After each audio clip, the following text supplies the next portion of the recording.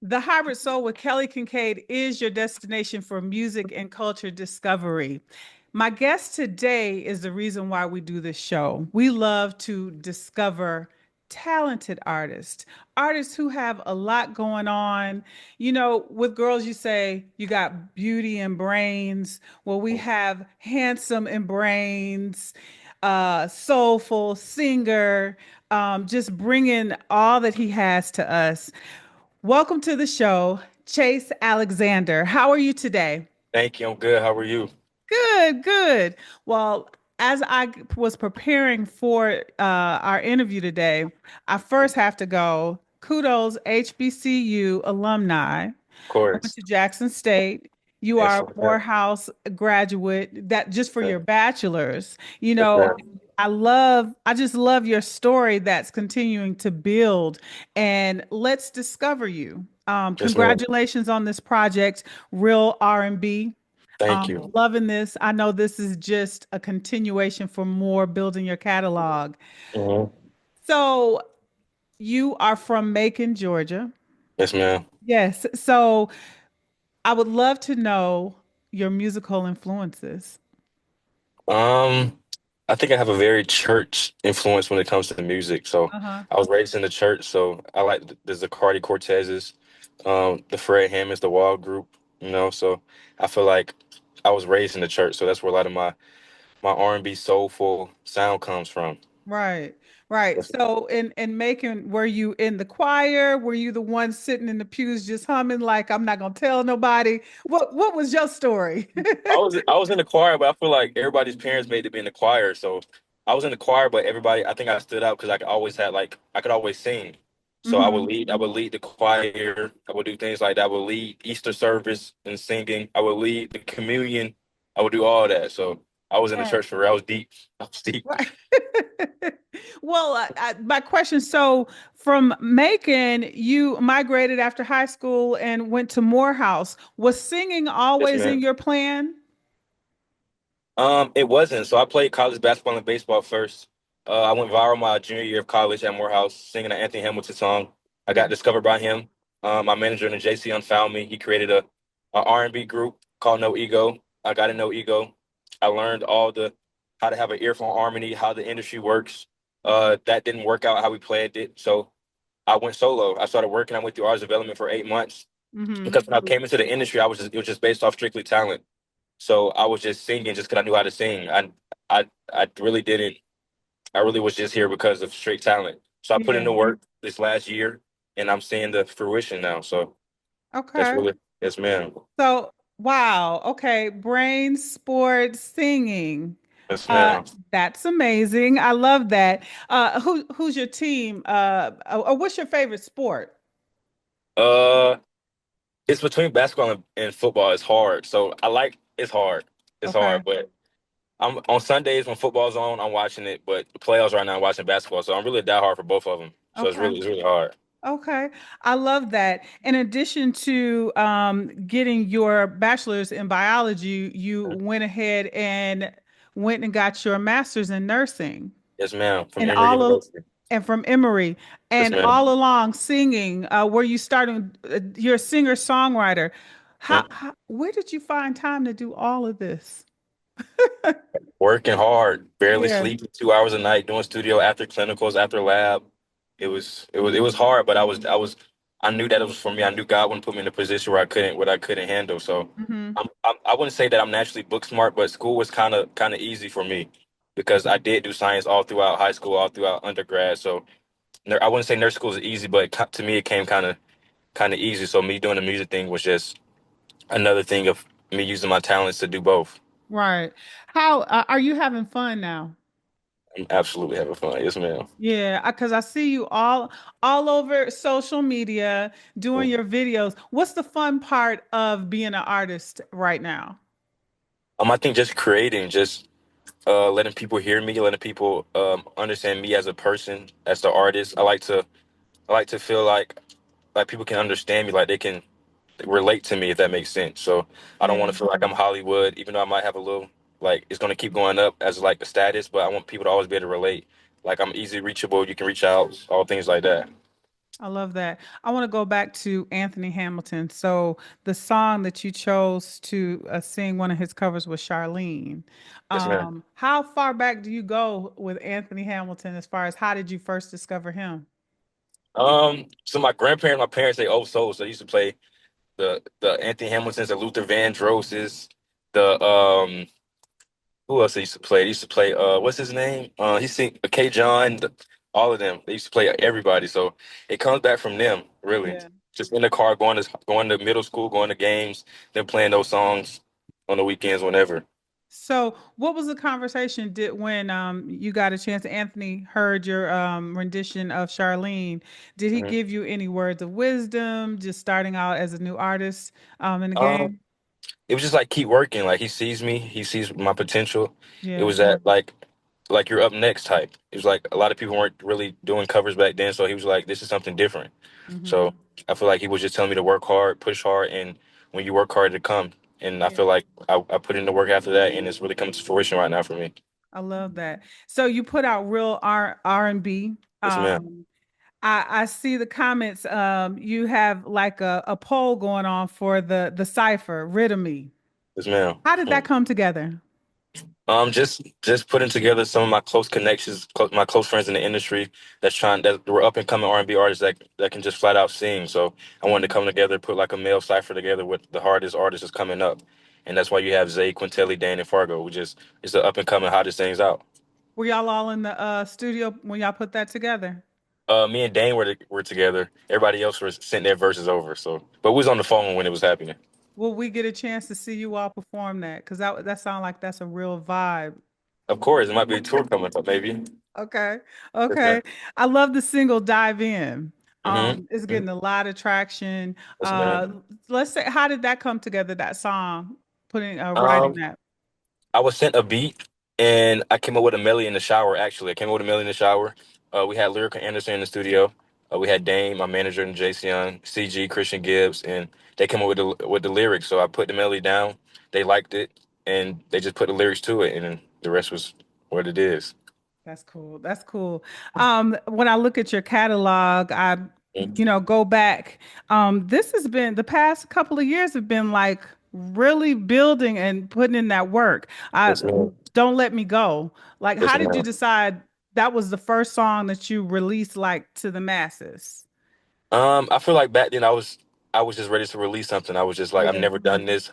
Let's see how it works. Hmm. So that was just me really comes in the industry. Like I said, I'm straight talent. There was no artist development. There was no vocalist. There was nothing. So I feel like this new EP, it shows the growth. It shows the maturity. It shows the control of my voice. Hmm. So those first records are when people find me, they can be like, oh, this is where he came from. Yeah. So they can appreciate the growth. They can appreciate the work. So that's why I really, I wouldn't say "Don't Let Me Go" is my first one, my best song, or like my favorite song, but I understand why it has to stay on there. Right. Mhm. I love that. Yeah. I was reading you some of also some of your musical influences, Usher and PJ Morton. So, Those are really great musical influences. And um, when you putting your music together, I would be curious, who are some people that you would love to do more collabs? I know you have the Rid of Me, but like people mhm. like that, do you have like a big wish list of people I know you're working on a Mhm. full project? Yes, ma'am. Um, who are some people that you have on your wish list? I would definitely say the Chris Brown, the Jasmine Sullivans, the Lottos, the Drakes, Usher, of course, Yeah, Eric Bellinger, Coco Jones. I have a lot, so I see. I feel like it might be coming up. I think that too. Because you are also a scholar, how have you been able to use just being an athlete, a scholar, into your music and being an artist? Just making people that's my age relatable. Like you can still do music, but you can still be a scholar in school as possible. Hmm. Especially as African American man, like people assume that we should just play sports, rap, do all this and that. But I feel like it's an avenue in healthcare. I feel like it's an avenue in high degrees, master degrees. If I can do it, I feel like anybody can do it. Hmm. I love that. Let's talk about Say No More. Yes, ma'am. Putting that putting that song together. What was the concept? How y'all come up with that one? Um, so I want to do like a old school type of chorus with that one. So Key actually came up with the chorus, and I felt like with Say No More, it was giving the nostalgic type of chorus. So that's really how that came together. I told her that I wanted a nostalgic chorus, and she came up with the Say No More, and that's how that happened. And the rest is history. That's his history. What do you look forward to as far as just putting out more music as far as touring? Like what are you looking forward to now that you're Um, on the other side of being an artist? I'm just looking forward to working, growing, creating bonds with different people that I've looked up to. Continue to work on my craft to get better in different areas where I might like in. So just basically going up and keep working, keep growing, keep my organic following going. Just Yeah. same thing I'm doing for real. So you've been in Atlanta, which is a big music mecca. hmm Have you ever thought about going to New York or LA? Like what keeps you in Atlanta?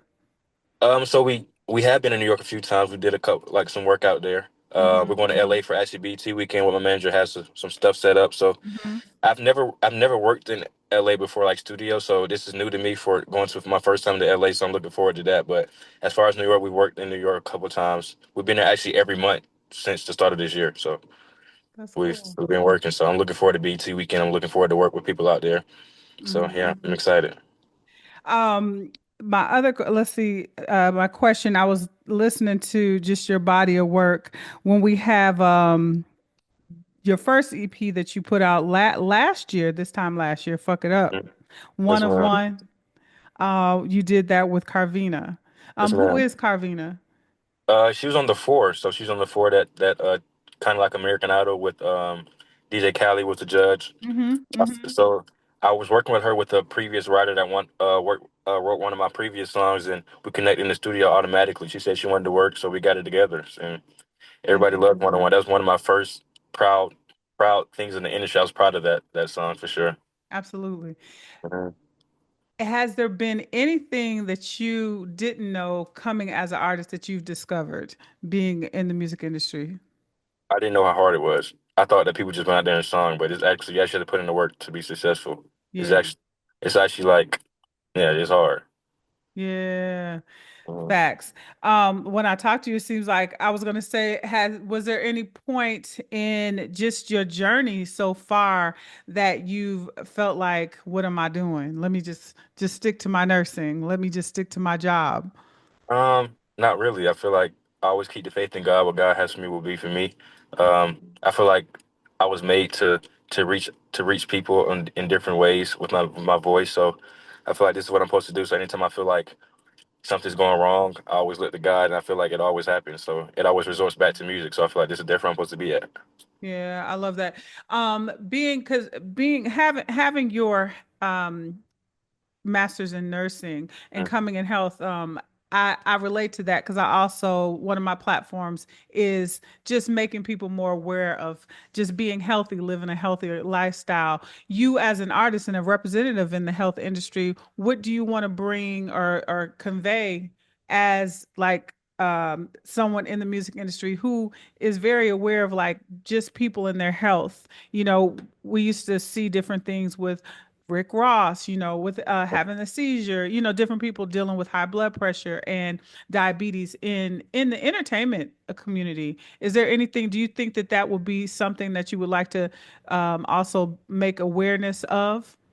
Of course, I would like to make sure people know that health is important. I know we work hard in the music things. We work hard late, long nights in the studio, long nights on tour. But at the end of the day, our health is my priority. So if we can't get our health right, nobody can hear you. So I definitely want to make that a big point as So, I use my voice. so you're not one of those, I'm gonna sleep when I die. You what is, sleep is important. Oh, yeah, absolutely. I'm getting 8 hours every day, maybe nine, just saying every day for sure. Not So important, so important. absolutely. One of my last questions is to date, because I know you'll have many experiences. What has been your goosebump moment to date in the industry? It might be somebody you met, some wisdom, someone told you. Mm. My goosebump. Everybody, mainly people know who I am. Hmm. Like walking out, getting recognized in Orlando. at a hotel, walking out in restaurants. People know who I am. People want to collab with me that I used to look up to. Labels hitting my manager up like, who is he? We've been looking at him, we've been studying him. It just feels good to know that people see the work and that people actually know who you are when you've been working so hard towards something. So I feel like that's my goosebump moment. People really recognizing me and like know who I am and see the work that I put in. Love that. Want to be a part. And this is my final question. What advice would you give to an aspiring artist who's scared to pull the trigger as far as releasing music? I would say just go for it. Yeah. Everybody's opinion doesn't really matter. Whatever you feel in your heart, whatever you desire, whatever you want to do it can happen. I feel like if you believe in it, everybody else will believe in it. So that's really my advice. Drop the microphone. I know. Yeah, I love that. I love that. I love that. Well, I want to thank you. We are supporting Real R&B. We yeah, look forward to seeing more of you, hearing more of you. We support Dive In. definitely. And look, I saw you and Zay was saying y'all gonna do a project together. So, Mhm. let's go. Let's go. Got you. I appreciate you so much. Thank you for having Let's me. go. It's a Hybrid Soul with Kelly Kinkaid, and my guest today is Chase Alexander. Until next time.